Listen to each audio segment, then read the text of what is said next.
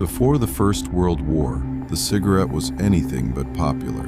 In the United States, it was associated with criminals, foreigners, outcasts, and people considered morally suspect. Many Americans saw smoking as a dangerous habit that threatened public health and even the future of the country. But just 4 years later, everything had changed.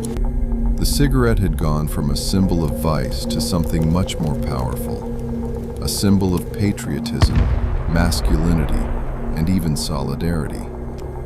So how did that happen? How did a small cigarette go from being socially condemned to becoming one of the most popular consumer products in the world? The answer has a lot to do with war, because during the 2 world wars, militaries around the world didn't just give soldiers weapons and food, they gave them cigarettes. And in doing so, they helped create generations of smokers who would eventually carry the habit back home. At the beginning of the 20th century, cigarettes had a terrible reputation. In Britain, smoking cigarettes was sometimes associated with a lack of masculinity. In the United States, cigarettes were often linked to criminals, foreigners, and immoral behavior. Health reformers warned that smoking could damage the health of an entire generation. Some states even tried to ban cigarette sales. Between 1895 and 1921, all 50 states introduced some form of cigarette restriction, but these bans didn't last. By 1927, they had all been repealed, and cigarette consumption was already increasing. Then came the First World War, and the war completely changed the trajectory of the cigarette. In Britain, consumption nearly doubled between 1914 and 1920. In France, cigarette sales increased by roughly 31% during the war. And in the United States, per capita cigarette consumption more than doubled between 1915 and 1920. One of the biggest reasons was simple: soldiers were smoking. Cigarettes became part of military rations for American, British, French, and German troops. The military saw nicotine as useful for calming soldiers' nerves and helping them cope with the psychological pressure of trench warfare.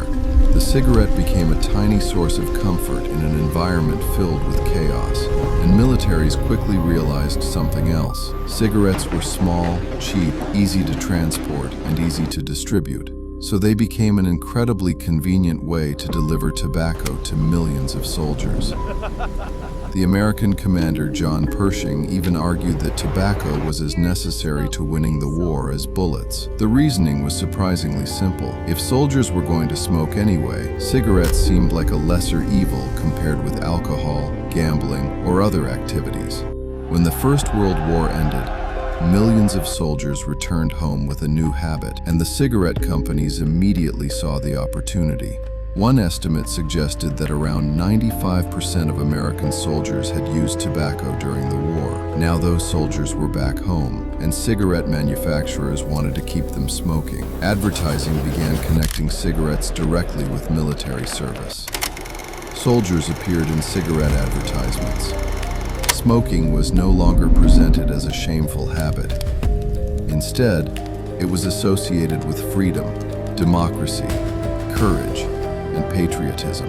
This wasn't limited to America. British tobacco companies also used military imagery to connect cigarettes with the bravery and sacrifice of ordinary people. Some companies even placed collectible cards featuring soldiers inside cigarette packs. The more cards people wanted, the more packs they had to buy. The Second World War pushed the cigarette industry even further.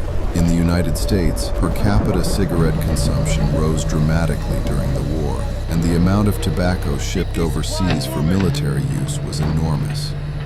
During the First World War, around 7.5 billion cigarettes were shipped abroad for military use. During the Second World War, that number reached roughly 92 billion cigarettes every year.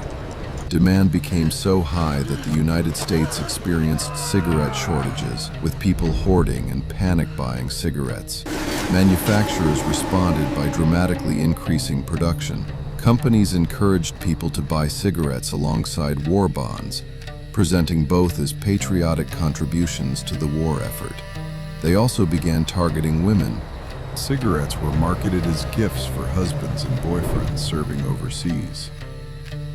One particularly clever campaign came from Lucky Strike. The company changed its famous green packaging to red and white and claimed that the green color had gone to war. In reality, the explanation was much less patriotic. But the company had discovered something important. War was an incredibly powerful marketing tool. And then came another major force, the Marshall Plan. After World War II, the United States launched the Marshall Plan to help rebuild Europe and strengthen capitalist democracies. And among the products shipped into Europe was tobacco. Between 1948 and 1951, tobacco products made up around 4.4% of everything shipped to Europe under the program. And this is where the story becomes bigger than cigarettes. The two world wars created enormous systems for producing, distributing, and normalizing tobacco.